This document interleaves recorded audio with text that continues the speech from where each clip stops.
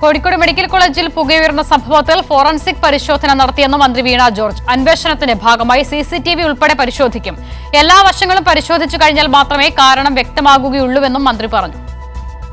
ഇവിടെ PMSSY ബ്ലോക്കിൽ കഴിഞ്ഞ ദിവസം ശനിയാഴ്ച വൈകുന്നേരം ഉണ്ടായ സംഭവത്തെ തുടർന്ന് അവിടെ MRI സ്കാനിംഗ് മെഷീൻ്റെ UPS റൂമിലാണ് അവിടെ നിന്നാണ് പുക പടർന്നത്. ആ സംഭവമുണ്ടായ പശ്ചാത്തലത്തിൽ എല്ലാ നിലകളും അവിടെ ഗ്രൗണ്ട് +6 ആണ് ഉള്ളത്. അപ്പോൾ എല്ലാ നിലകളിലും പരിശോധന നടത്താനായിട്ട് നിർദ്ദേശം നൽകിയിരുന്നു. അതിൻ്റെ അടിസ്ഥാനത്തിലുള്ള പരിശോധനകളാണ് അവിടെ നടക്കുന്നത്.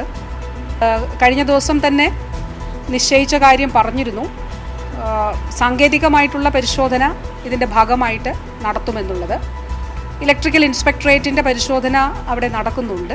അവരാണ് വളരെ കൃത്യമായ അന്വേഷണ റിപ്പോർട്ട് സാങ്കേതികമായിട്ട് നൽകേണ്ടതായിട്ടുള്ളത്. അവർ ആ റിപ്പോർട്ട് നൽകും.